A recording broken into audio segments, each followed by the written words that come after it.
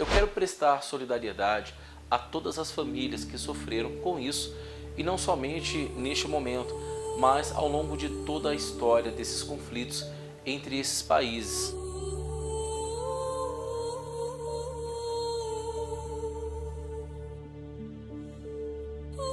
Olá, eu sou Daniel Guedes. Seja muito bem-vindo a este canal. O Hamas é uma organização política e militar palestina que opera principalmente no território palestino, da faixa de Gaza e da Cisjordânia. Foi fundado em 1987 durante a primeira Intifada, um levante palestino contra a ocupação israelense. O Hamas é considerado uma organização terrorista por vários países e organizações internacionais, devido às suas atividades militares e ataques contra alvos israelenses. A organização também possui uma ala política e é uma das principais facções políticas palestinas. Agora, o que você talvez não saiba sobre tudo isso que está acontecendo é que este inimigo de Israel pode ser mais antigo do que se imagina. A palavra Hamas em árabe tem um significado de entusiasmo ou zelo. No entanto, podemos apontar uma possível conexão com a palavra hebraica Hamas, que é traduzida como violência na Bíblia, especialmente no contexto do versículo em Gênesis, capítulo de número 6, que menciona a terra se enchendo de violência antes do dilúvio. A palavra Hamas em hebraico é utilizada em diversas passagens do Antigo Testamento da Bíblia, incluindo Gênesis, capítulo 6, versículo de número 11, onde se refere à violência e corrupção que teriam ocorrido antes do dilúvio.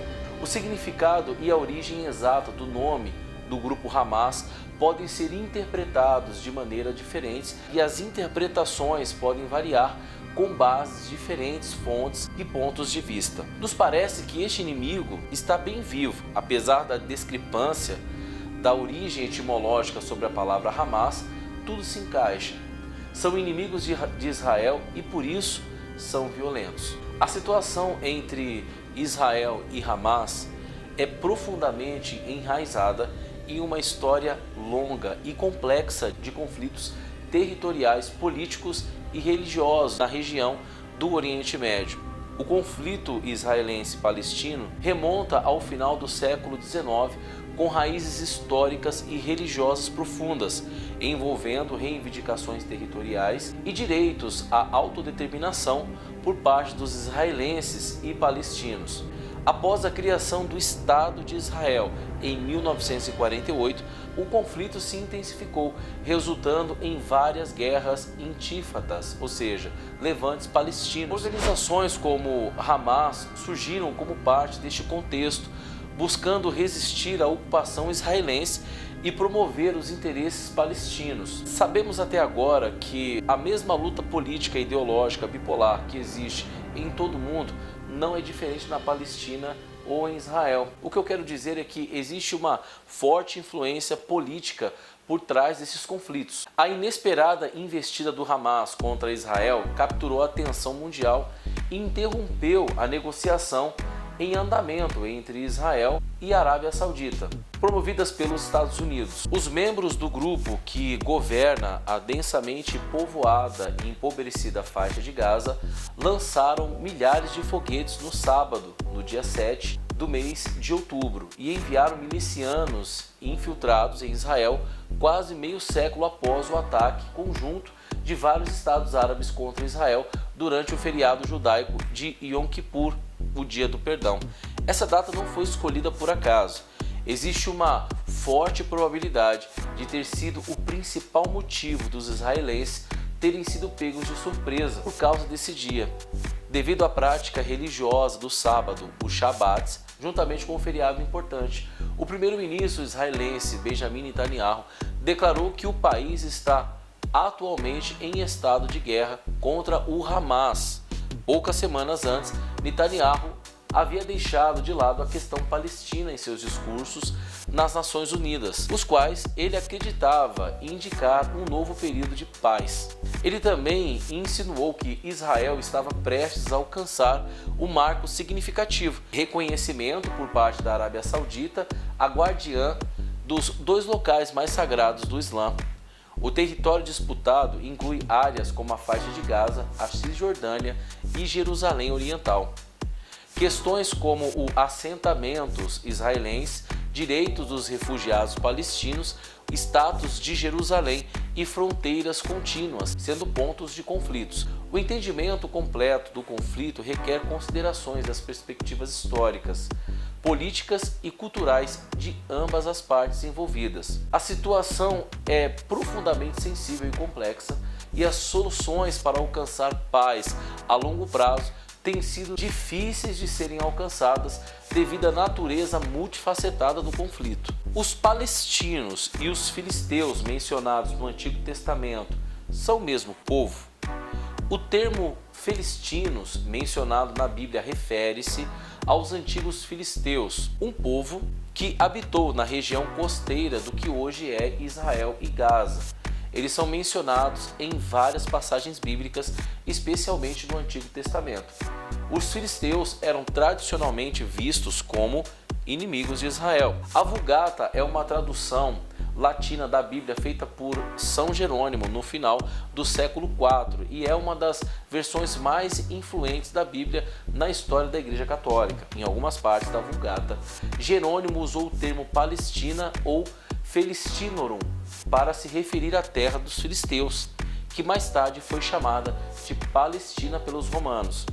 Este termo é derivado dos filisteus, indicando a região onde eles viveram na antiguidade.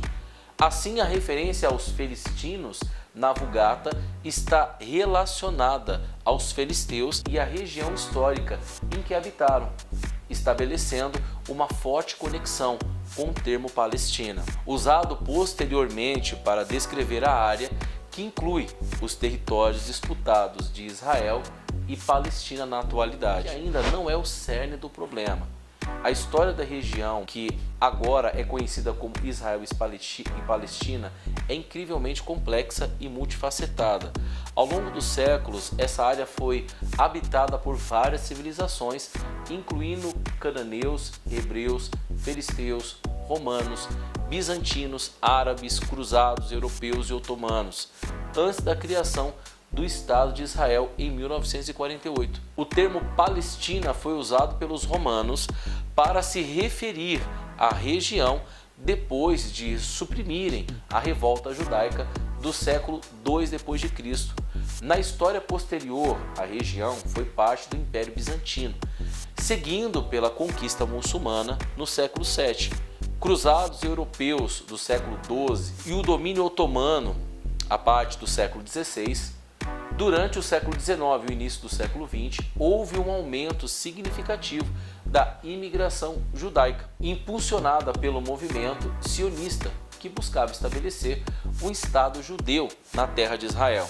Após a Segunda Guerra Mundial e o Holocausto, o movimento pela criação do Estado de Israel ganhou força, e uma força internacional. Após a independência de Israel em 1948, houve conflitos significativos com países árabes vizinhos com a população árabe palestina. Os eventos históricos e as reivindicações territoriais de ambas as partes têm alimentado o conflito contínuo na região. A questão da terra é fundamental para o conflito israelense-palestino, com ambas as partes reivindicando direitos históricos e religiosos sobre o território. As negociações de paz ao longo dos anos têm tentado resolver essas disputas, mas uma solução duradoura, contínua, sendo desafiadora devido à complexidade das questões envolvidas. Nos parece que Hamas pode estar sendo usada como uma ferramenta política para uma espécie de manobra. Já já, as notícias de um possível massacre de Israel na faixa de Gaza fará com que exista um cessar-fogo, forçando Israel a recuar, interferindo, por sua vez, em qualquer tipo de acordo de paz entre os países árabes e Israel. Ainda que de fato não seja o mesmo inimigo físico, os filisteus do Antigo Testamento, nos parece que este inimigo transcende as eras, tomando formas diferentes. Isso pode ser claramente uma manifestação física do poder maligno de Satanás contra o povo escolhido de Deus. Os inimigos estão de pé até hoje. As forças inimigas contra Israel não são apenas forças físicas, mas são forças espirituais. Paz, ela não é conquistada com guerra. Quem pensa assim se engana. Sabe por quê? Olha para Jesus. Qual espada ele levantou? Que eu saiba, foi só a cruz. Já já ele volta. E eu digo para você, põe a sua casa em ordem. Quero deixar também uma mensagem para você. Salmos capítulo 122. Orai pela paz de Jerusalém. Prosperem aqueles que te amam. Seja paz dentro de teus muros e prosperidade dentro dos teus palácios. Por amor dos meus irmãos e amigos, eu direi, paz esteja em ti. Por amor da casa do Senhor nosso Deus, buscarei o teu bem. Salmos 122, do 6 ao 9. Eu sou Daniel Guedes e eu quero dizer a vocês, acautelai-vos, não tenham medo, é só o princípio das dores. Seja forte, Igreja de Cristo, estamos chegando lá. Deus abençoe você, fiquem na paz do Senhor Jesus, um abraço.